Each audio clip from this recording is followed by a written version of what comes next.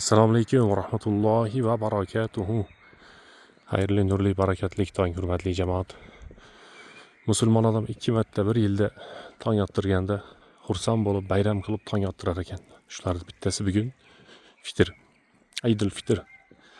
Ramazon ro'zasi tugagandan keyingi hayit bayrami. Million val barakat. Alloh taolo bir oy mobaynida tutilgan ro'zalar, qilingan ibodatlar, hamma qilingan yaxshiliklarni Alloh taolo o'zining dargohida qabul qilsin. Alloh taolo hammalarimiz bundan keyingi bir necha yillarda bo'ladigan yaxshi kunlarga, yaxshi ibodatlarga, yaxshiliklarga Alloh taolo o'zi yetkazsin. Alhamdulillah, qo'limizdan kelgancha ro'za oyida ibodat qildik, ro'za tutdik, ehson qildik, tarovih o'qidik, xatm Qur'onlar, duolar qildik. Alloh taolodan fama zannukum bi robbil alamin. Nima deb o'ylaysizlar Alloh taolo haqida? Yoki Payg'ambar sollallohu alayhi vasallam hadisda aytdilarki, Alloh taolo aytdi deb men bandami gumonidaman.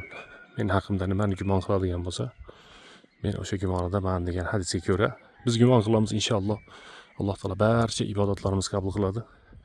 Mana shu Ramazon oyida Alloh subhanahu va taolo chiqqan hayitda, ya'ni barcha mo'min musulmonlarga o'zini rahmatini, nusratini, g'alabasini Alloh subhanahu va taolo yaxshiliklarni yog'dirsin.